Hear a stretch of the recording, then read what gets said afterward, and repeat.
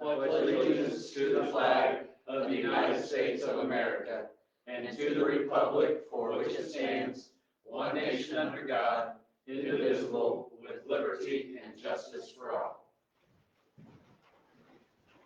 Before we get started tonight, we're going to have something that Mr. Kefeber would like to read. Yes, as you know, Chuck Bear passed away, and the funeral was today. And I would just like to read the obituary that has to do with the educational part of his career, and also him as a veteran. Chuck Bear. Chuck then enlisted in the Marines and was sent to the Vietnam War for a 2-year tour. After his discharge in 1971, he started attending Grand Valley State College. Upon graduation, he landed a teaching job at LeGros Elementary in the fall of 1975. He heard of, was not in the obituary, but I heard it today at the funeral. He heard about the position by relatives at the funeral home. So kind of interesting. There he met Sharon Dean, a fellow teacher. They married, and on March 31st, 1979. Once LeGros Elementary closed in 1980, he started teaching at Sharp Creek Elementary. That is where he remained until retirement. Teaching wasn't just a job for him, it was a passion. He not only taught, but also worked with after-school programs. These included Odyssey of the Mind, later Destination Imagination, and robotics teams. He and 4 other educators founded the summer school program Science in Motion, where there were 3 levels grouped by age. These programs enabled students to travel and camp all over the U.S. Science in Motion was a great experience for the many students who participated over several years. Chuck loved sports and coached his daughter's basketball and soccer teams, along with the girls' summer softball league and the elementary girls' basketball and elementary boys' basketball and football teams. So as a tribute to Chuck, just wanted to read a little bit more and see how long, all the different things that he did in education for MSD of Wabash County. And at this time, we're going to observe a moment of silence for him.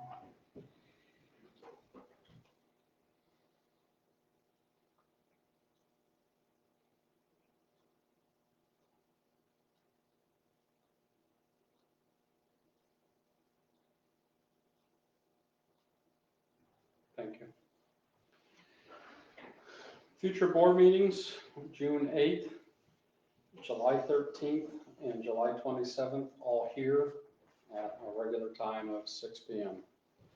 We have no revisions to the agenda, with the exception of some things under HR. So we will move on to public recognition. Have a recommendation to approve a $200 donation from Dairyland Seed for the Northfield FFA. A recommendation to approve a $12 donation from Melanie Gibbons Penn, 25 from Denise Wood, 25 from Susan Lyons Reichard, 25 from Carmen Ernst, 25 from Kurt Campbell, 25 from Deb Capps, 25 from Lavon Sparling, 50 from Beth Eakin, $221.04 from Matthew Chittick, all for the Southwood High School to purchase 60 copies of To Kill a Mockingbird. And moving on then, I guess we do need to actually accept those. I'll move to accept those donations gratefully. Second. Motion and second to accept the donations. All in favor, say aye. Aye. All right, now we'll move on to the school recognition.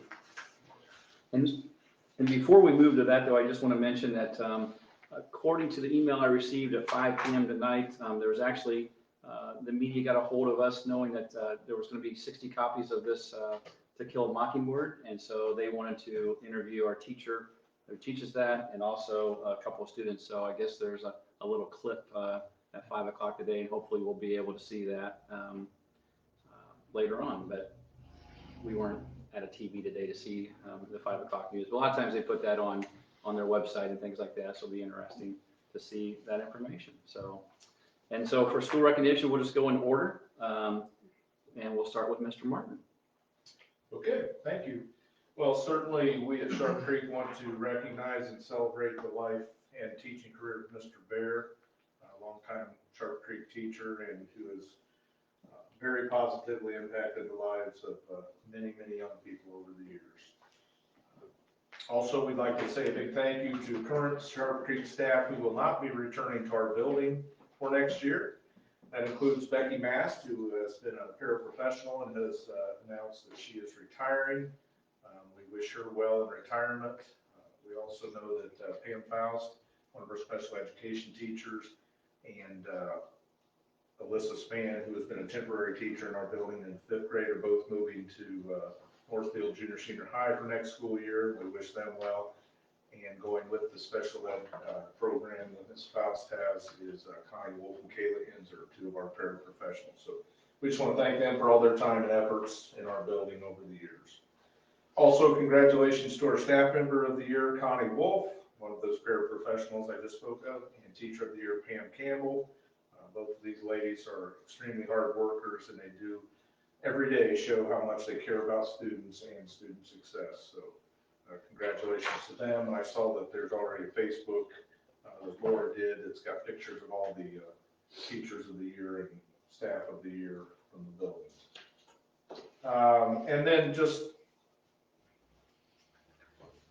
first time elementary building principal. It's just amazing how much elementary teachers, the time and effort they put on what would be considered by many to be above and beyond. But I just want to say thanks to the teachers here late in the year that just go above and beyond and provide students with experiences and opportunities that make it special, but also maybe provide some kids with things they wouldn't have had an opportunity to do and see. Gary Norman organized an all-school field day that was basically the whole day today, and Gary would be the first to tell you that everybody chips in, everybody's part of it, everybody supervises and helps, but it was just a great day for all of our students. 6th grade teachers, Tammy Shaper, Pam Campbell, Matt Brown, and Allison Saunders recently organized. Tammy was kind of the lead, but the camp outing for 6th graders, which was very successful, and many, many volunteers, parents, some not parents, but volunteers for years and years, maybe started out as a parent volunteer, but have continued to be a part of that experience. New location this year due to some COVID things, worked out really well, and I know there's some serious consideration for that change becoming the norm. 4th grade teachers, Deb Schinkel, Kelly Ross, and Kim Bear, took the 4th grade on an outing this last Friday to downtown Wabash. Some parks in Wabash, heard some information, local history and information, but we just appreciate teachers don't have to do that. And, you know, kids could have probably sat in the classroom and been told about it, but they got to go see and do. And then the 5th grade teachers, Alyssa Spann, Amber Bretzman, and Mary Jo Wynn, provided the students an opportunity they refer to as a red carpet event for 5th graders to pick out a famous person. They're reading a biography and then dressing the part and doing the red carpet Academy Awards type show in the gym. Parents got to come watch, and it was a nice thing for kids to get to host their parents, but also participate in. So just really thankful for all the hard work here toward the end of the year. Thank you. And we have some natural paparazzis as parents, don't we? Yes, we do. There's no doubt, no doubt. They play their part well. Yes, they do. That's great. Thank you. All right, we'll continue then with Mr. McDevitt. Thank you, Mr. Faber. I'm just going to read precisely what the teacher sent me about that, because I asked for teachers any feedback on students to recognize. So this is from Mrs. Rigney about Lily B. When she arrived on campus, she was angry and disrespectful. I slowly watched her change and grow. She started talking about her family, working hard, enjoying class, and earning credits. Then it came time for her to be released. Something happened. That would just be, poor choices. Something happened, and she was told she had to stay longer, an undetermined amount of time. I was so afraid this would set her back, and she would revert back to the girl we first saw. But to her credit, she has remained on the right path. I'm very proud of her, and even though I am happy for her to return home, I will certainly miss her. So that's Lily B. And Mrs. Rigney is spot on. Lily was a young lady that was very difficult to like when she first arrived, and she is leaving as a young lady that we're all sad to see go. So we just wish her the best. I also want to celebrate our staff member and teacher of the year. Our staff member of the year was Nick Perlick. I think many of you probably know Nick very well. One of the great things about Nick is he is a quiet, unassuming worker. Doesn't doesn't ask for, actually, he'd rather not be noticed. And so he was a little, I don't know, I'd say uncomfortable today, but I certainly did not enjoy the spotlight. But Nick just does a great job for us, not only with just solving the technology things that come his way, but he's also willing to just step in whenever we need, coverage here, a little help there. He's just happy to do it. And so Nick does a great job. Then our Teacher of the Year was Wendy Gray. And here's what one of the staff members who nominated her said about Wendy. Wendy finds the perfect balance between developing positive relationships with her students and holding them to a high standard of performance. Her students respond positively to her leadership in the classroom, and they respect her and want to do their best for her. And one of the really neat things about Mrs. Gray, I didn't know this right away, but it wasn't about until halfway through my first year that I learned that Mrs. Gray originally was a licensed, still is, but she was originally just a licensed elementary teacher and taught kindergarten. I thought, oh my gosh, because this woman is great with teenagers. And so Wendy does a fantastic job for us. So Teacher of the Year is Wendy Gray. All right, well, thank you very much. And we'll go next with Mrs. Boone. Thank you, sir. Tonight, the CAR program would just like to highlight and congratulate our 72 2021 graduates. We're still working on that number because we have several we're still trying to push to the finish line, but at this point in time, we're at 72. 38 of our graduates actually traveled from all over the state and joined us on Sunday for our graduation ceremony, and we had families come from Terre Haute, from Evansville, from Delphi, all over the place. So it was a really nice opportunity to spend some time face to face with those kids and their families. So just wanted to highlight our students, their hard work and their perseverance to getting to this milestone in their lives. I also really appreciate, this was the largest number of staff that we had able to come. And so we had all of our staff who are involved in the program there, with the exception of 2. So that was really exciting. And these teachers are they are committed to what they do. They're committed, they're involved because they are passionate about working with kids. And they are very skilled at working with this type of student and really finding ways to connect and build relationships and rapport with them. So I just want to take this opportunity to highlight all of those who are there and the investment and oftentimes I call it the relentless pursuit of our kids when they start falling through the cracks or they disappear for a while. Our teachers keep after it and they don't give up. And that's one thing that reels our kids back in. And it's often the key that changes their path.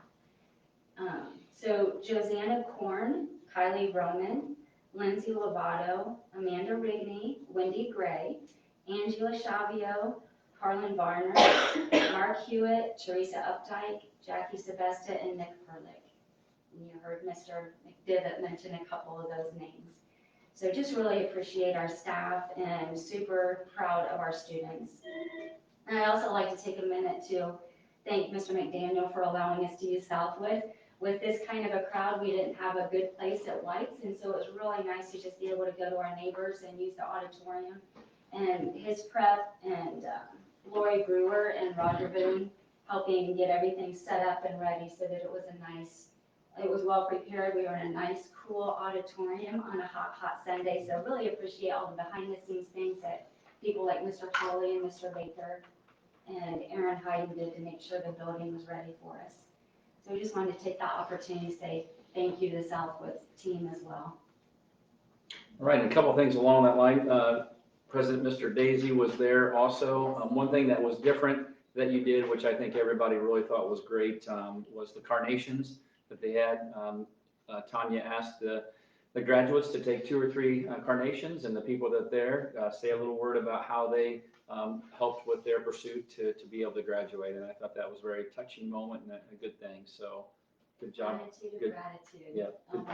Yeah, good job with that. And then you'll hear a little bit more later on when she talks about the handbook, because there's a couple of changes there too that are kind of exciting too, and I'll talk about that later too. But anyway, thank you, Tanya. All right, I have a couple more from, first of all, from Mr. Snyder. He just wants to congratulate freshman Hannah Holmes. Hannah won the 100 and 200 meter run at the Marion Sectional on last Tuesday, and she is running tonight at the regional at Marion also. Also, he wanted to wish best wishes to Spanish teacher Joy Edding, custodian Kathy Steele, and Rise Room teacher Fred Nissen, as they are retiring at the end of the school year. So we have, I think the 2 teachers, their last day will be tomorrow. And then I believe Kathy's last day is on Friday. Is that right, Dr. Kim? Something like that, pretty close to that.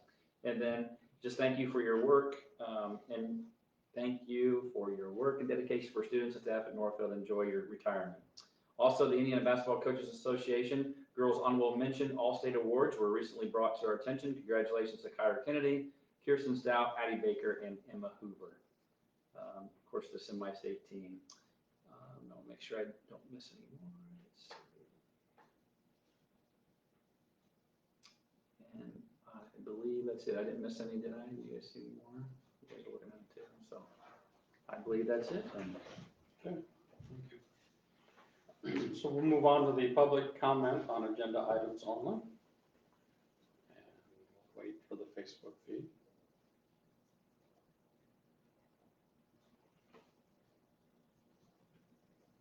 Okay. Consent agenda items, approval of the minutes from our last meeting on May 11th.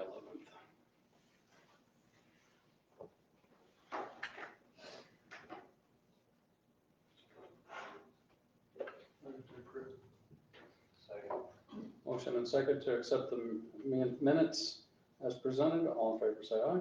Aye. Financials, claims.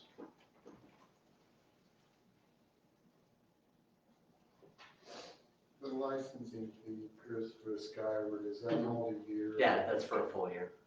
That's an annual fee. 1 year? That's Now- a very important software I system know that we that. use. Don't you wish you would go into software? And one thing about it, But you should have taken coding in school. I actually thought I was right behind the curve on that. I missed it. there are 3 different components to that. We didn't always have all those components, so it makes it look a little bit larger because it Yeah, has to be that separated includes our out. student information system, our School financial financials system. and our financials here, payroll and all that. So yeah, before it was split up. our a lot. school building, ECA. So yeah, Yeah. a lot of information. But the idea we wouldn't ask us for all that information, we wouldn't have to carry it. But yeah, that's an annual fee.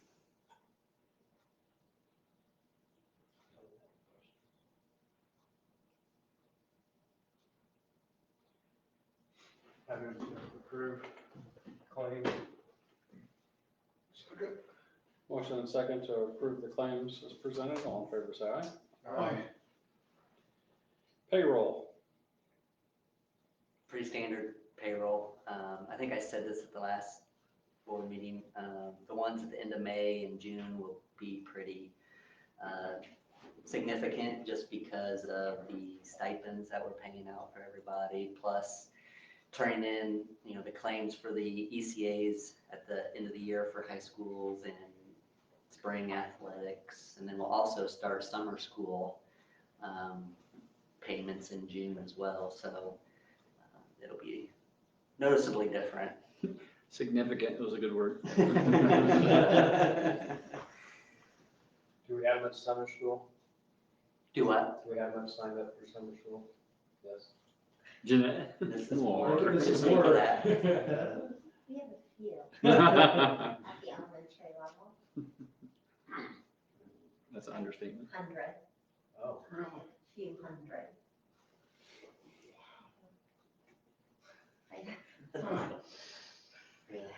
That's why the list of summer school employment is Yes. so long. Yeah. Well, that's You're gonna want to kick your feet up when I get to that part. It's exciting.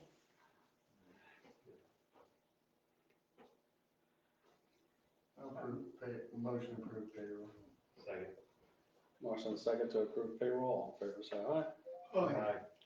Financial summary, Dr. Kuhn.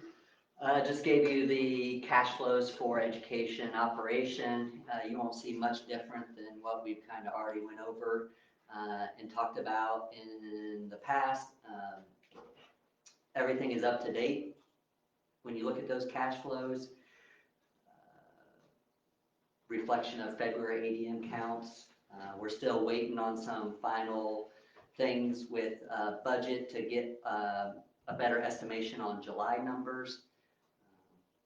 But we do know that we will be receiving more money per ADM per student. So there'll be some adjustments based off of what we estimated, which I believe, I went back to try to look at it, but it was already removed. And I believe I estimated about 2,000 students for our estimated count, which that would take effect in July payments. And then that would be reconciled once we find out what our September payments. So nothing really different than what we've discussed. You'll notice in June and typically in December, we're closing out the end of the fiscal year in June. We're closing out the end of the calendar year in December. A lot of money goes out because we have a lot of payments that are due at that time of year, but we also get a lot of money coming in, mainly because of the tax revenues that are turned in and so forth. So you see some big differences there in cash flow terms, just as far as money coming in and coming out, but nothing that is surprising at this point in time.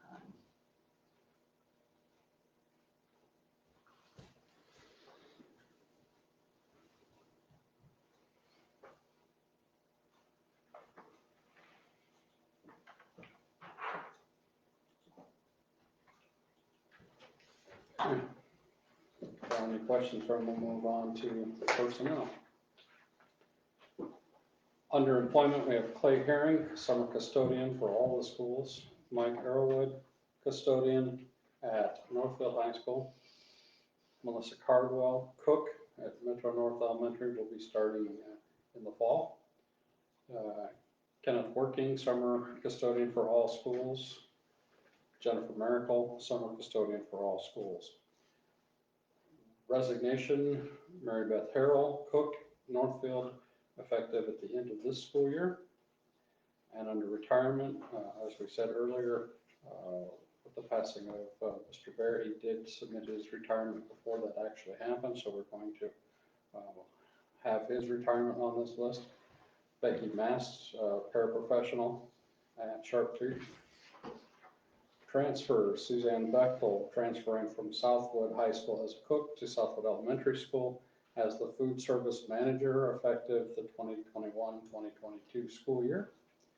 Jody Chenoweth, transferring from a one-to-one paraprofessional to an LD paraprofessional at Southwood, effective the 2021-2022 school year. And Maxine Warford, transferring from LD professional to at-risk paraprofessional at Southwood, effective next school year. Under summer school employment, transportation, Susie Lewis, Teresa Sears, Carla Gaines, and Juanita Lemon. Also, we have Jeanette Moore, elementary director, Tanya Boone, secondary director, Adam Phelps, Edmentum, Kathy Gilman, Edmentum, Patty Ross and Patty Steele and Cammie Ross, MIA, Janelle Ekman, Lisa Dieter, Elizabeth Rayhawk, all primary reading, Alyssa Dieter and Janelle Ekman, primary reading teachers, Elizabeth Rayhawk, primary reading aide. Also Mary Dye, primary reading aide. Angie Herring, Jennifer Cox, Heather Amos, Mary Jo Wynn, Patty Steele, Allison Montz, Ann Hacker, all summer school teachers, as well as Natalie Unger. Jeremy Elzey, Angie Driscoll, Becky Elzey, Shelby Drake, Deb Mitchell, Holly Robbins, Michelle DuPont, and Krista Hoover, all summer school paraprofessionals. And finally, Nicole Knox, summer school Title I teacher, Corey Blocker, summer school teacher, and Megan Wright, summer school teacher. And that is our HR list. What's MIA? Mine's in action. That's the, Not missing in action. Well, I'm Yeah. sorry, I didn't know. We're paying them to be involved. I'm just curious. Steve, don't listen, but we're gonna be doing some ghost employment. I'm trying to figure out Edmentum. Edmentum. Edmentum. I've heard that phrase. It's a software program. It is, yes. That's what I found. Oh, you found your Somebody is hired as an Edmentum? yes, As an Edmentum? Run the software program? yes. Yes. Does Kevin know this? Two of Yeah, does Kevin know we're paying somebody, we're paying for the program? We're paying for the program and somebody to run the program.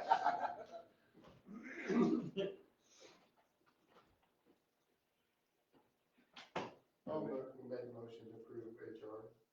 Second. Motion and second to approve HR is read. All in favor, say aye. Matt's not here, so we don't have a Career Center report. Superintendent's report, Mr. Kefever. Yes, and I want to show you one thing real quickly, so I want to get out of this if I can. And pull this up. Oh, please, this will work. All right, I want to put this to rest, actually. We talked about this. So Mr. Drake, starting in about November 30th, would run a queue list. And we didn't know if we ever had to use a queue list, but things were changed as far as attendance. And so every day he would run a queue list, and then I would put it in just this real quick graph. And so I kind of just want to put it to rest because we hope not to ever use this again. The queue list was The quarantine list, and we know that the quarantine list would be based on, because they were close contact in schools, whether they were actually they had COVID, or there was a close contact in quarantine because of a family situation, all right? And so, as you can see, the numbers there, I thought we were gonna get down to 0 on the last day, which was the day, and we still had 1, but that had nothing to do with the school. That was more just because of a family situation. So again, just kudos to all the staff to work through this whole year. People were betting on going to school about 2 weeks and then shutting down in August. And it was got a little rough there when you saw those numbers and how many kids were in quarantine. This is over the district. And White's was not included in, students were not included in this graph. But with all the help and work and of everyone, we got it down, and there was only 1 on the last day of school. And that really had nothing to do with the school itself. So I did just want to point that out. Appreciate all the work that everyone has to do with just putting that list together.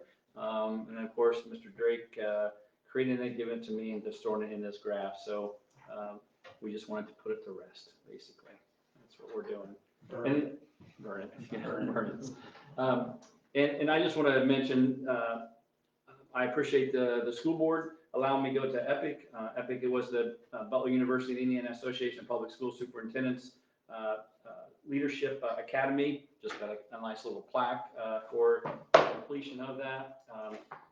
The only thing is, it was a 12-month program that took our group, our cohort, 18 months. So we were a little slower than most groups, but obviously that was based on COVID, not because of the participants in the program itself. But it was very good, things that I will continue to use, and a lot of it is those connections, the networking that you, and the relationships you build with those other superintendents in that group. So I just appreciate allowing me to go to that. So that's all I have. Okay.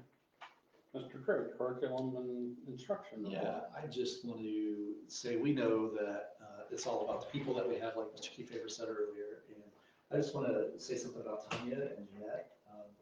Tanya's put together a graduation ceremony Sunday that would have rivaled any Hallmark movie channel that you guys would watch. There were tears and hugs, and there were people there that don't want to go to school, and the families don't feel comfortable there, but they knew how important this was, and it was incredibly moving.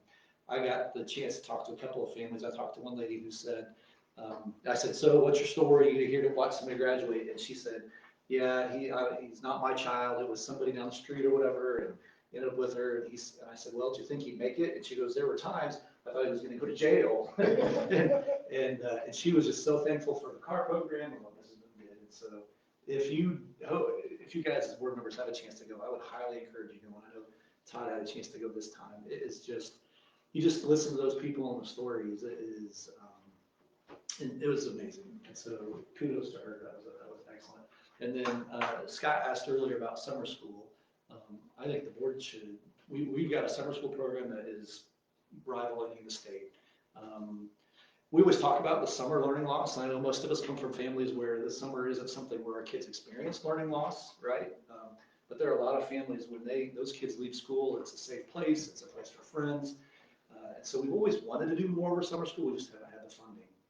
And so we've actually tapped into lots of funding to try to put this together. And so what you call it, the Summer Scholars Program? Our summer scholars. And so Mrs. Moore has reached into, she's working with YMCA, she's worked with the semi that Dr. Kuhn started. Like, she has so many programs going on and so many kids.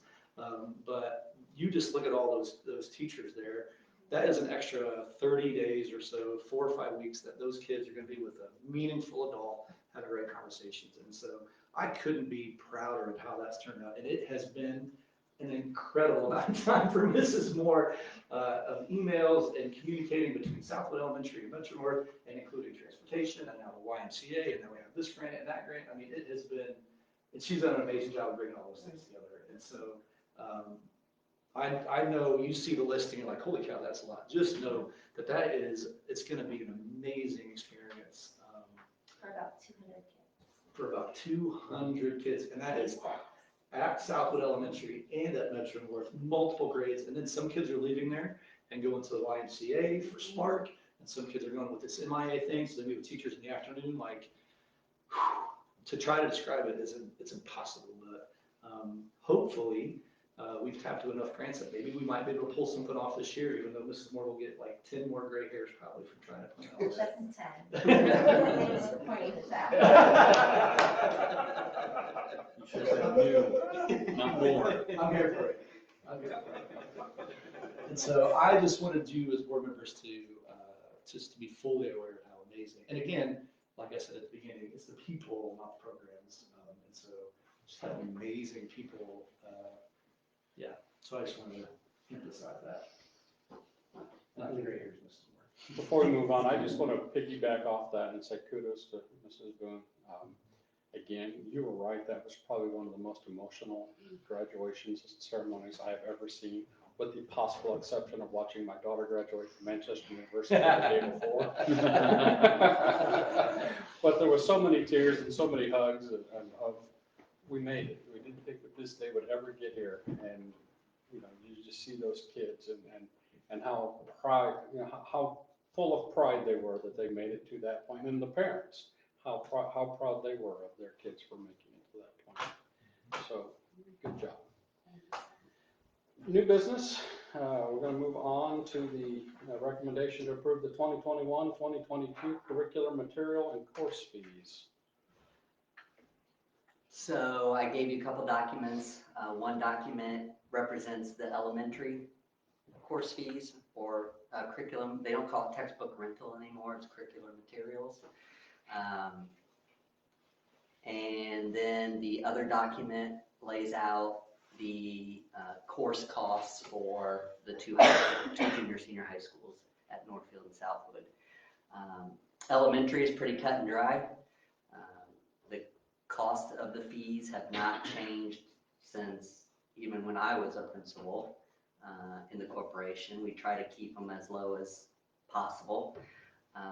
And those remain at $190, so no changes were made from last year's rental fees. And then the high schools are kind of all over the place, just depending on what courses that student signs up for.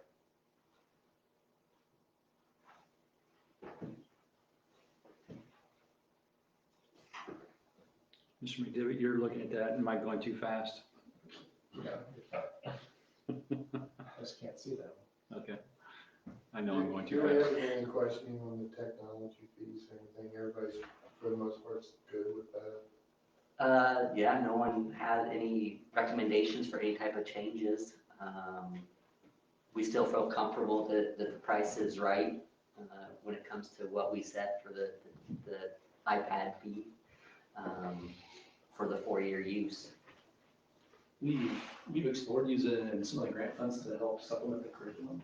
And so that might be a conversation we have down the road about when those grant dollars are gone, maybe introducing some kind of conversation about lowering that device fee to try to help with the curriculum and find another source of funding for that device, maybe. But for now, we've got plenty of grant funds to fill that hole. Will we get state help on the free and reduced student on the tech side? We do, yes. So How much does that cover? So we put in the full amount, but we don't always get the full amount because there is a cap as far as how much the state will spend in that. And so usually when every school corporation asks, it goes above that cap, so it gets reduced. Usually gets reduced about 85%, to 85%, so it gets reduced about 15%, sorry. So we recover about 85% of that from there. And then along with that, though, we also have the ability to, any difference that isn't made up is to take that out as part of our debt service to make up for any of that loss. I've always thought with the devices, and obviously it takes a lot of thinking about, but would it be cheaper somehow for a family to purchase one than to rent it? You know, $110, you know, you add that up over, 13 years or 12 years. That'd be something I'd like, Sure. if we could, if there'd be a way to look at that. Now, Aaron could probably explain this a little bit more. Yeah. Some of the issues we run into is us being able to filter and control what happens with that device, which could lead to a lot of other issues down the road. And so, plus keeping up with the technology, and then be able to push out stuff, because a lot of our information, apps and things like that are pushed out to the devices that the teachers use and so forth. So we would have a lot less control and accessibility when it comes to having somebody use their own device with that. I just was, obviously maybe not, I don't know if you'd own it or you pay a certain amount and. you're speaking more like still using the school device. It's just from your probably personal experience of multiple children. Right, you start adding that up, you spend $1,400 per kid just on a device that you could have probably, Sure. So I'm just thinking about, if there would be other options for families that are, paying that amount. It's not a lot, but it would be if you added it up over the years that they're in there. So I obviously thought about that. Yeah. Okay. And when we did have textbooks, though, I think it was the same thing too, because a textbook would cost $60, $70, $80, and they would rent those. And so I understand your point is the comparison would be the textbooks too, like we used to do. So I never had a textbook, so I could help my kids. I can't help them when they're these things that. you'll get it. Okay, then, yes. Textbooks don't get viruses. Textbooks don't get viruses. Like, I can't help you with the book.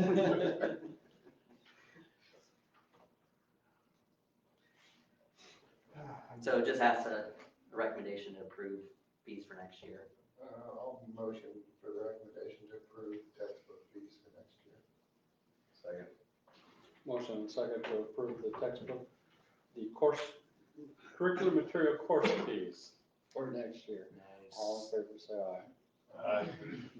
Recommendation to approve the 2021-2022 Board of Education meetings. So you look at that, this basically mirrors what we made a few changes for this year. And so in October, one meeting, in December, one meeting, and then also in June, one meeting. Every other time though, there are two meetings. So it's what we voted on last time when we changed a couple of those. Typically, we'd only have one in December. October, sometimes we'd have one, sometimes two. And really the only other change was the June one, so pretty standard. Of course, I'm gonna have all kinds of meetings in January when we reorganize. Mr. Downs gets to take care of all that. So I just ask that you approve those dates for next year or for this fiscal year. I move to approve the calendar for board meetings. So, Motion and second to approve the Board of Education meetings calendar. All in favor, say aye. Aye. First reading and review of the 2021-2022 high school handbook. I'll introduce Mr. Joe Lacey, Assistant Principal, Southwood Junior Senior High School. I will tell you, he spent a lot of time, a lot of work on making these revisions. Although there aren't a bunch of them, there's a lot of people that he has to talk with, and not everybody is very quick on their feet as far as replying back to him. And so I really appreciate his patience and his detailed work on making sure everything works. So, Mr. Lacey, Thank you. it's you, man. And I did not put all those pages, otherwise I'd get carpal tunnel doing this the whole Sure. time. So I just have the revisions up there for everyone. Sure, no problem. Thank you. Good evening, guys. Thanks for having me. Like Mr. Keyfaber said, there's not a ton of revisions this year, and the ones that we have are not real major. One thing we did update this year through Laura was making the document ADA qualified on our website. So that screwed up some of the page numbering. I apologize. Once we get these approved and I take the deletions out and add in the additions, I promise I will fix that. And that'll be good on paper format and on the school websites.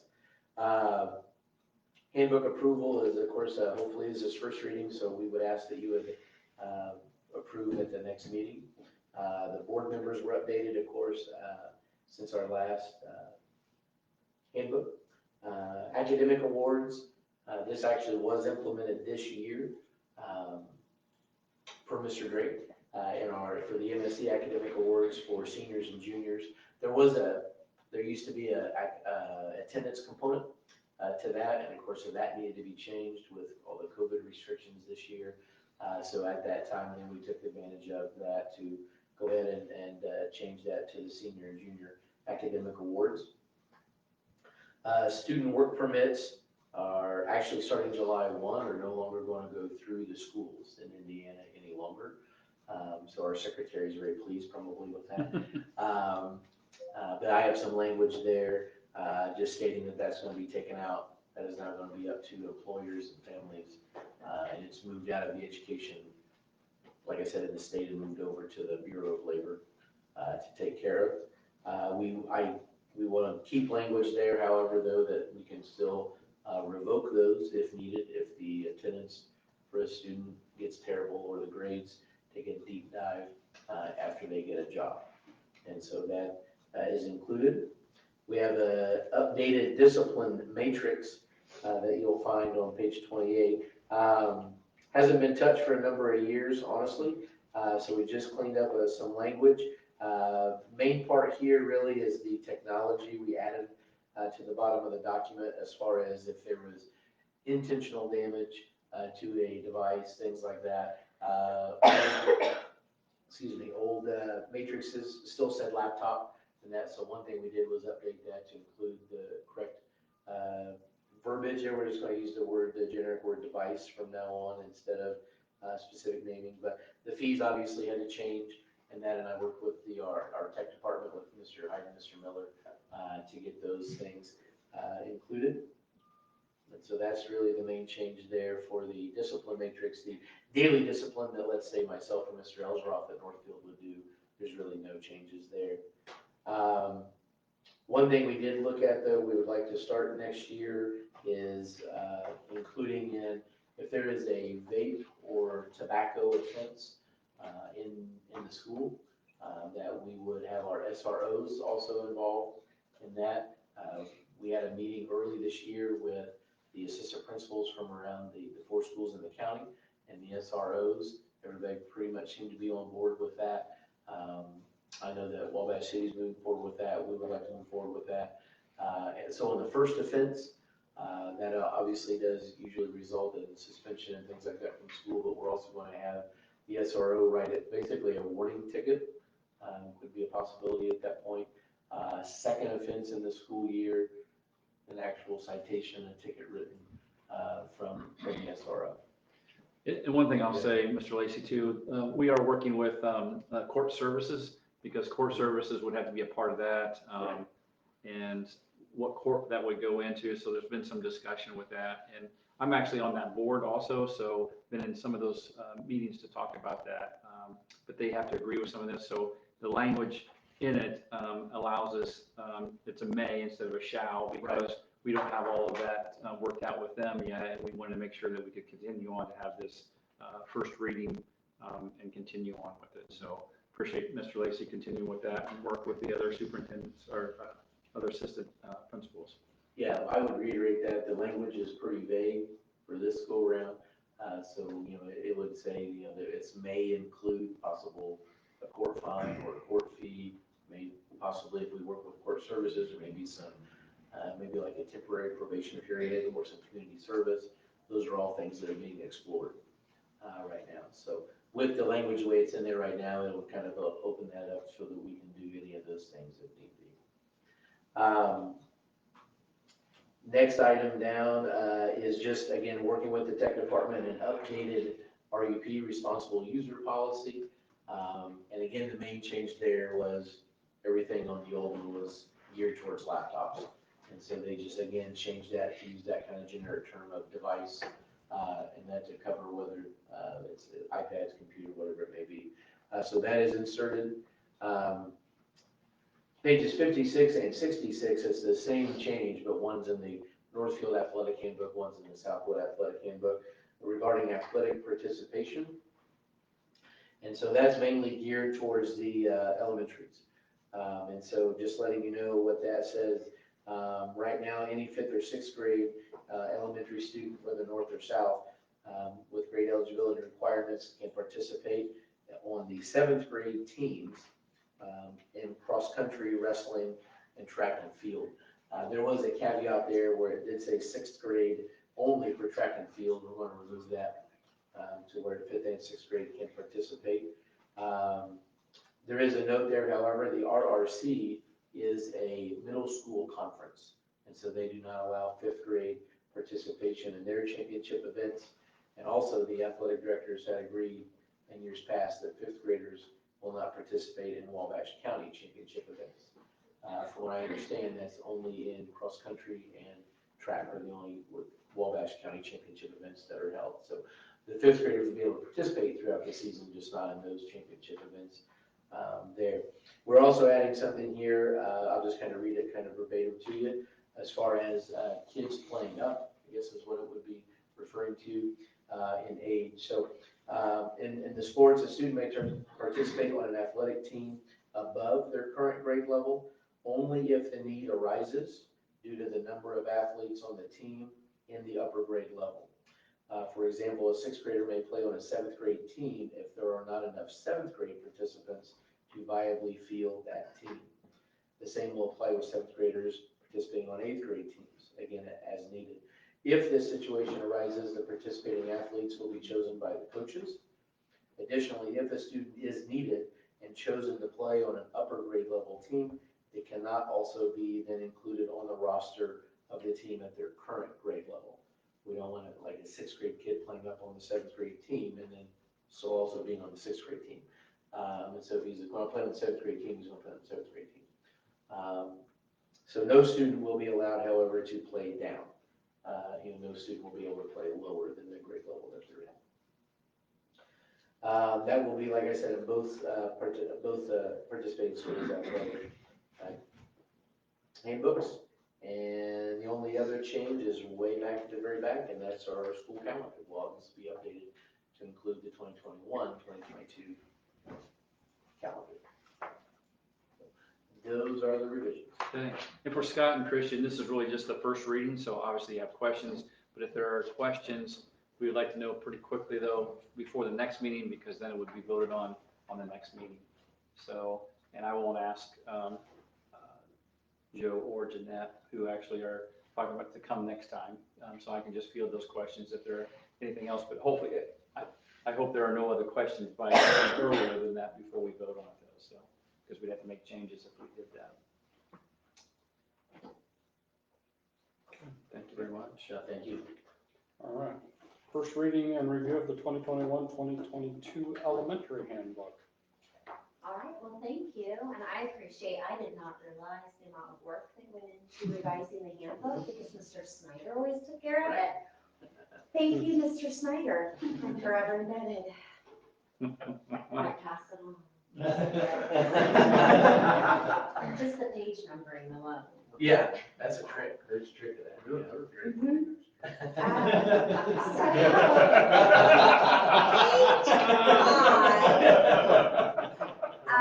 We just updated the award adoption date to reflect, hopefully, when it's adopted at the next board meeting, and then updated the school year. On page III, we updated the note to reflect July 2021, as well as our school website and where to access board policy on our new MSDWC.org website. On page 1, we updated Mr. Martin to reflect the new principal at Sharp Creek, updated Mr. Kuhn to reflect Dr. Kuhn, and then also included Mr. Rosine and Mr. Hopper as our new school board members. On page 15, we added in the middle of the paragraph about the use of cellular phones and electronic devices, the part about taking, recording, and or displaying or distributing video pictures to digital or otherwise, or audio recordings without the consent of the student or the staff member in a situation not related to a school purpose or an educational function is prohibited. We added that in 2 spots in the elementary handbook. This was one of those. We also, on page 18, that's where we added it again in our responsible use guidelines. We added that same text as an I will not with your school issued device. On page 19, similarly to the high school, we added information about the elementary device matrix to look at incidents of intentional damage. Ours are a little bit different because we don't have Friday school. And there was something else that you mentioned in yours that we don't have the elementary level, but I can't remember what it was now. Besides Friday school day reporting? Oh, yes, probably so, Day right? reporting? Yes, yes. So those 2 pieces were added to page 19. Page 25, 27, those were, I think, just some formatting pieces. Harassment is now added as a full topic, not as a bulleted piece, as well as use of an object as a weapon. And we also made bullying a topic, not just a bullet within another area. And those were our revisions to the elementary handbook. Thank you. Any questions? All right. And finally, the first reading and review of the 2021-2022 Bridge Handbook. Mrs. Boone? Thank you, Mr. Daisy. Were you gonna start with anything? Well, I was just gonna say how I'm pretty sad about this situation, but I agreed to it. So the car program is now gonna be called the Bridge. No more a vehicle to success. Just being sarcastic. That's all. So the person that came up with that was gifted. Yeah, that's right. So, no, anyway, they've done a lot of work and looked at branding and different things like that. So I won't take any more of your thunder on that, Tanya. So you can go ahead and go. Talk to us about the bridge. We are gonna shift. We're in the process of shifting. Laura's helping with that. We're working with an outside party that is just covered under our SIG grant, who's also helping us with that. But we were we're struggling with families being able to understand CAR. They have no idea what CAR stands for. And we have probation officers calling it CARS or CARP, and when we're past. At least the other one wasn't said yet. Don't say that right now.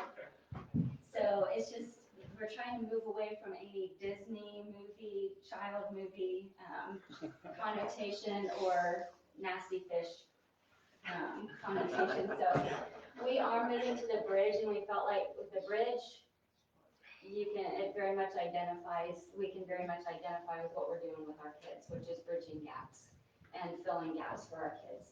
So with that, I'm looking at Mr. Lacey's handbook, and mine is like, not even a third of the size. You don't have athletics. And in-house, it makes a difference. Also, our families would not make it past the first 2 pages. So the highlights that I'd like to bring to this, I did add several new things this year, strictly because we continually are attempting to improve the validity and just who we are and what we're doing, and make sure that we are meeting the letter of the law. And the first thing that I'll bring to your attention is enrollment and onboarding. That's probably something that is not in a traditional handbook, but it is critical to an online environment. So we have to have a very specific enrollment and onboarding process that if for any reason we would be audited, to show that we are making every attempt right out of the gate to engage students and get families on board. And along with that, our attendance and student engagement. This is pretty much reflective of what last year's looked like. However, I just tried to be more specific and identify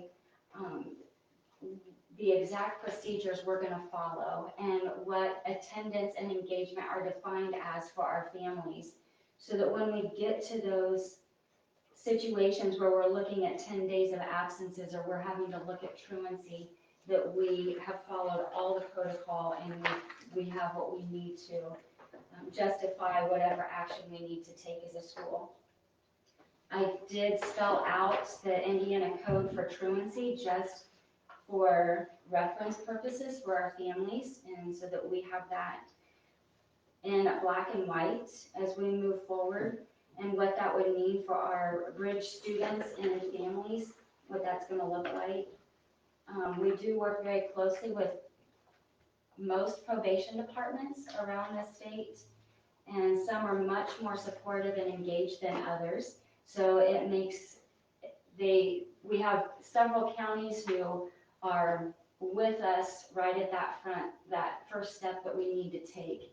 And they're knocking on doors and getting people's attention before we have to take that step. So hopefully, as we continue to improve our oversight of the program, that those truancy referrals will go down and our dropout rate will continue to decrease as well.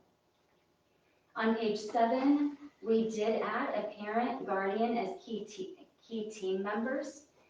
In the online world, well, as you all know, it doesn't matter what world of education we're living in, family members are key to our students' success.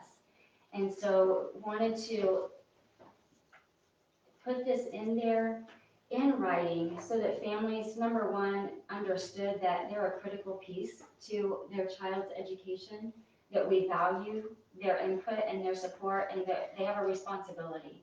It's not just sign them up for an online program and get them in front of a computer and let them go. That's not how this works. That there's communication, support, accountability involved. So just lay that out for our families. We have our student code of conduct that I adjusted to include netiquette, as far as online etiquette among our students, how they should be addressing and their teachers and other students when we have classroom time, in appropriate manners. A lot of times texts and emails, those kind of things have become pretty informal and sometimes rude and disrespectful. So we're going to try and shore up those things and help our students gain etiquette that will actually help them as they look at entering the workforce and appropriate ways to interact. with people, whether it's face-to-face or online. We did make an adjustment from last school year to our grading scale so that that is aligned with MSD's grading scale. So that is reflective now of what's happening at Southwood and Northfield with our grading scale. On page 9, we added state mandated assessment and attendance requirements. This is a struggle. This is a huge challenge when we're trying to collect students from all over the state. Number one, they avoid school like it's the plague. Number two, they avoid testing even more so. And so trying to gather kids in, get them to travel, get their families to commit, we felt like this was a critical piece that they understood this wasn't an option. If the state says you've got to test, you're making a commitment by signing your student up in our program that you're going to do whatever it takes to get them to that test site. We do travel, so we do our best to find locations where are somewhat central to our family so that it does eliminate as much hardship on them as possible with travel and finances and those things. But there is sometimes travel, but you're talking once or twice a year. But I just wanted to outline that so that they have that and we can refer back to that as far as the Indiana law and assessment policy. And the next, we did make an adjustment like Mr. Lacey did to the work permits no longer being issued by the schools and specified that because that can get cumbersome at times. We liked the control that we had over that when students weren't engaging, but at the same time, it's definitely going to take an irritation off of our secretaries at times. Like Mrs. Moore said, we updated the links as well so that it matched our new website and our calendar, our MSD calendar, and we also, for our family's sake, we included all the graduation requirements, so 440, general diploma, all the pathways requirements, just so they had that as a reference piece. Because that, especially with our older kids, most of our families don't have a clue and don't understand that, so they at least have it in black and white while we're talking to them about those things. Those were the main changes to our handbook at this time. And I guess I'll say one more thing since Mr. McDevitt and Mrs. Boone are here. They've been working very diligently to create what we called, and I think I've given that information to you, locally created pathways. A pathway because there are a certain group of students that will not fit into the buckets that was intended when they created these pathways as far as the new graduation requirements. And so they have created that. Actually, Mr. Daisy and I are going to have a signing party tomorrow about 12 o'clock, I believe, with Kyle Zahn to be able to send that off. So a lot of work prior to that to get to the point where we can send that off to the state of Indiana. They are required, if they don't approve, which we obviously hope that they will approve it, but if they don't, they do have to tell us why, and we will continue to work on it because we want to do the best that we can for the students that we serve and be able to get them to graduation. So there's a lot more I could say about it, a lot more they can say about it, but just appreciate their time with that, and appreciate Mr. Daisy coming in tomorrow for our little signing party here. So. All right. So if you have any questions about those, for any of those handbooks, make sure you get those in quickly. Yeah, just send them to me and then I will pass them along and ask questions. So. All right.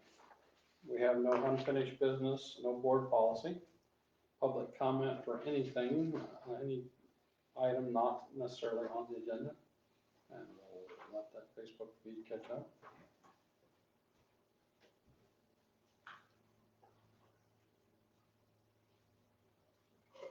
All right. Any items from board members?